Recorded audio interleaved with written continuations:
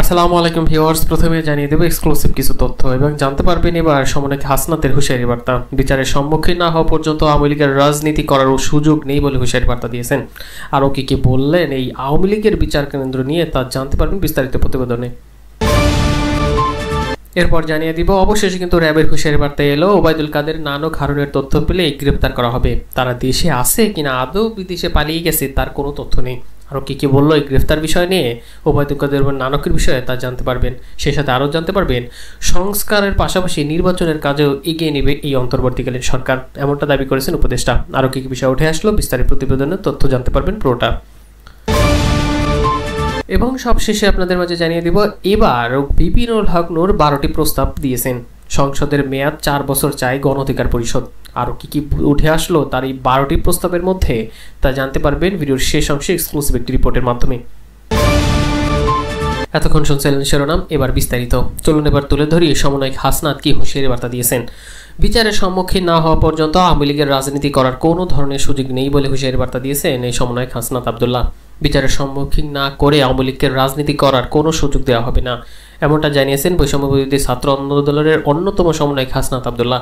তিনি বলেন, আওয়ামী লীগ যতদিন পর্যন্ত মাফ না চায়, যতদিন পর্যন্ত তাদের অপকর্মের জন্য বিচারের সম্মুখীন না হয়, ততদিন তাদের রাজনীতিতে কোনো ধরনের সুযোগ দেওয়া হবে না, এমন হুঁশিয়ারি বার্তা দিয়েছেন এই হাসনাত আব্দুল্লাহ। শুধু তাই নয়, তিনি আরও বলেন বাংলাদেশের 2.0 বিনির্মাণের প্রয়োজনীয় রূপরেখা শীর্ষক এক সেমিনারে কথা তথ্য দিয়েছেন। এ সময় আন্দোলনের আরেক সমন্বয়ক সার্জিস আলমও ব্যাপক তথ্য দিয়েছেন। তিনি বলেন ফ্যাসিস্টদের দোসরদের বিরুদ্ধে ব্যবস্থা নিতে হবে। যারা প্রত্যক্ষ ও পরোক্ষভাবে আওয়ামী লীগকে সহযোগিতা করেছেন তাদের বিরুদ্ধে এই সরকারকেই ব্যবস্থা নিতে হবে।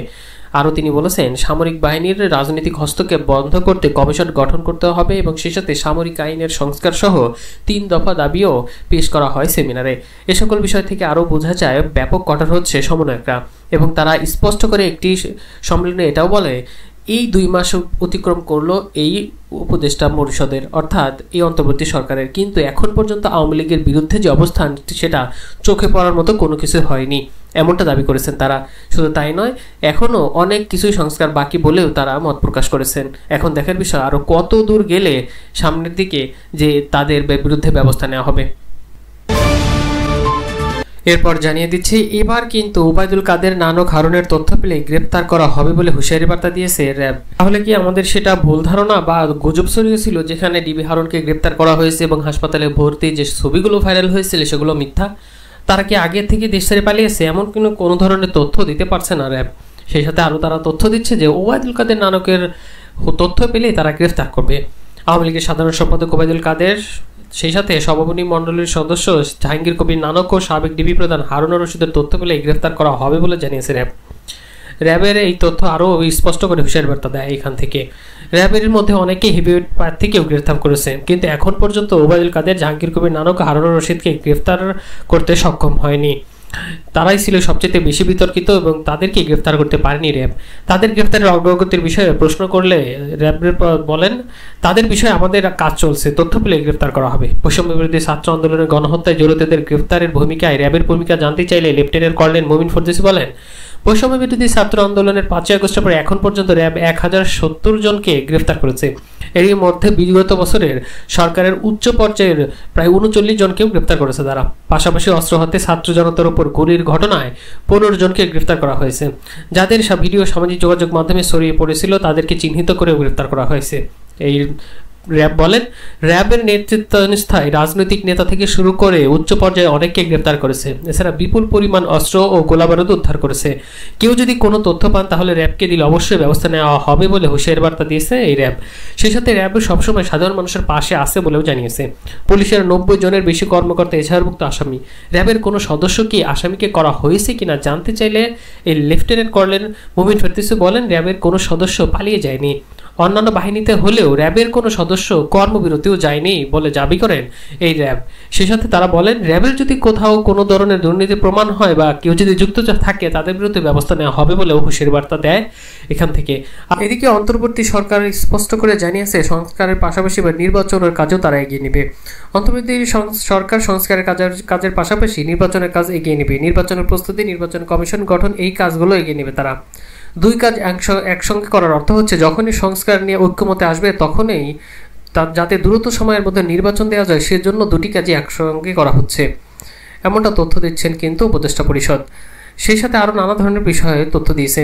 রাষ্ট্র সংস্কারের 6টি কমিশন করার বিষয়টি উল্লেখ করে সাংবাদিকদের এক প্রশ্নের জবাবে বলেন, রাজনৈতিক দল এবং বিভিন্ন অংশজনের সঙ্গে কথা বলে 6টি কমিশন 3 মাসের সময়সীমার মধ্যে তাদের রাজনৈতিক দল এবং অংশজনের সঙ্গে বসে একটি প্রতিবেদন দেবে। এরপর ওই প্রতিবেদন নিয়ে অন্তর্বর্তী সরকার রাজনৈতিক দল ও সমাজের বিভিন্ন স্তরের লোকজনের সঙ্গে কথা বলবে। এরপর যেটা হবে, রাজনৈতিক দলের সঙ্গে সংস্কারের বিষয়ে একটি ঐক্যমত এলে এর উপর ভিত্তি করে নির্ভর করবে নির্বাচন হতে সময় কতটা দিন লাগবে।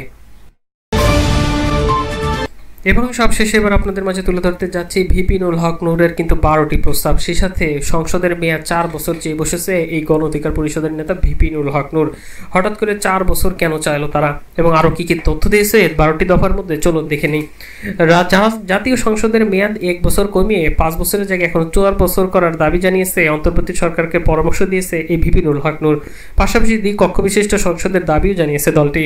শনিবার রাতে প্রধান উপদেষ্টার ডক্টর ইউনূসের সাথে কথা বা সংলাপ শেষে তারা বাসভবন যমুনার সামনে সাংবাদিক সম্মেলনের মাধ্যমে কথা জানিয়েছে দলটির সভাপতি ভিপি নুরুল হক নূর। এ সময় রাষ্ট্র সংস্কারের 12 দফা প্রস্তাবনা তুলে ধরেন তিনি। নুরুল হক নূর বলেন, রাজনৈতিক দলগুলোর সাথে আলোচনা করে উপদেষ্টা পরিষদের সংখ্যা বাড়ানোর প্রস্তাব দেওয়া হয়েছে। বাংলাদেশকে সাম্প্রদায়িক রাষ্ট্র বানানোর পেছনে সেই অনেক ধরনের ইন্ধনদাতা রয়েছে, সেই ইন্ধনদাতাদের খুঁজে বের করার পরামর্শ দেওয়া হয়েছে। চিকিৎসা, শিক্ষা ও কমিশন এবং দুর্নীতি দমন কমিশন ও পুনর্গঠন করতে হবে। চলুন জানিয়ে নেই এবার 12টি দফা কি কি। প্রথম যে দফা সেটি হচ্ছে অন্তর্বর্তী সরকারের কাজের পরিকল্পনা ও রোডম্যাপ প্রকাশ করা। সে সাথে 2 নম্বর পয়েন্টটি হচ্ছে, যেহেতু সংবিধান ও রাষ্ট্রের সংস্কার অভ্যুত্থানের একটি মৌলিক ধারণা ও এই সময়ের অপরিহার্য বিষয় হয়ে উঠেছে, তাই গণহত্যায় জড়িত প্রতীত স্বৈরাচার ও তার দোষীদের বিচার এবং রাষ্ট্র সংস্কার প্রয়োজনীয় উদ্যোগ গ্রহণ করতে হবে। 3 নম্বর পয়েন্টটি হচ্ছে, সরকার কাজের সঙ্গে রাজনৈতিক দল ও জনসম্পৃক্ততা বাড়ানোর আলোচনার মাধ্যমে দক্ষ, কর্মঠ, অভিজ্ঞ ব্যক্তিদের নিয়ে উপদেষ্টা পরিষদের আরও পরিষদ বাড়ানো। শেখ হাসিনার ফ্যাসিবাদের আমলে দুর্নীতি, লুটপাট করে আঙ্গুল ফুলে কলাগাছ বনে যাওয়া মাফিয়া ও অর্থ পাচার ব্যবসায়ীদের বিরুদ্ধে ব্যবস্থা গ্রহণ এবং 15 বছর ধরে যেই অর্থ পাচার হয়েছে সেই অর্থ ফিরিয়ে আনতে হবে বলেও পদক্ষেপ গ্রহণ করতে হবে, তাদের 4 নম্বর পয়েন্ট ছিল। 5 নম্বর পয়েন্টে তারা বলেছে, সরকারি বিভিন্ন দপ্তরে গত 15 বছর দলীয় বিবেচনায় নিয়োগপ্রাপ্ত দলবাজ ও দুর্নীতিবাজদের অপসারণের পাশাপাশি আইনি ব্যবস্থা এবং গ্রহণ এবং সরকারি আধা সরকারি চাকরিতে মেধা ও দক্ষতার ভিত্তিতে নিয়োগের সুস্পষ্ট নীতিমালা নির্ধারণ করতে হবে। সে সাথে 6 নম্বর পয়েন্টে তারা লিখছেন, রদ বদলের নামে ডিসি, এসপি সহ বিভিন্ন পুলিশ ও প্রশাসনের আওয়ামী লীগকে পুনর্বাসনের চাকরি চিত্তুতের বা দুর্নীতিকারীদের চিহ্নিত করে ব্যবস্থা গ্রহণ। 7 নম্বর পয়েন্টে তারা উল্লেখ করেছে, যুগের চাহিদাকে প্রাধান্য দিয়ে কর্মমুখী ও গবেষণা নির্ভর শিক্ষা ব্যবস্থার প্রণয়নের নতুন শিক্ষা কমিশন গঠন করতে হবে। সেই সাথে তারা 8 নম্বর পয়েন্টটিতে লিখেছে, দুদক পুনর্গঠন করে উপযুক্ত ব্যক্তিদের সমন্বয়ে শক্তিশালী দুর্নীতি দমন কমিশন গঠন করতে হবে। 9 নম্বর পয়েন্টটিতে তারা উল্লেখ করেছে, যুক্তরাষ্ট্রের জিএসপি সুবিধা, ইউরোপ ও অন্যান্য দেশে গার্মেন্টস ও পণ্য রপ্তানির সুযোগের সৃষ্টিসহ নতুন শ্রম বাজারে অনুসন্ধান করে G2G পদ্ধতিতে বিদেশে দক্ষ শ্রমিক পাঠাতে হবে বলেও তাদের সেখান থেকে দাবি করা হয়।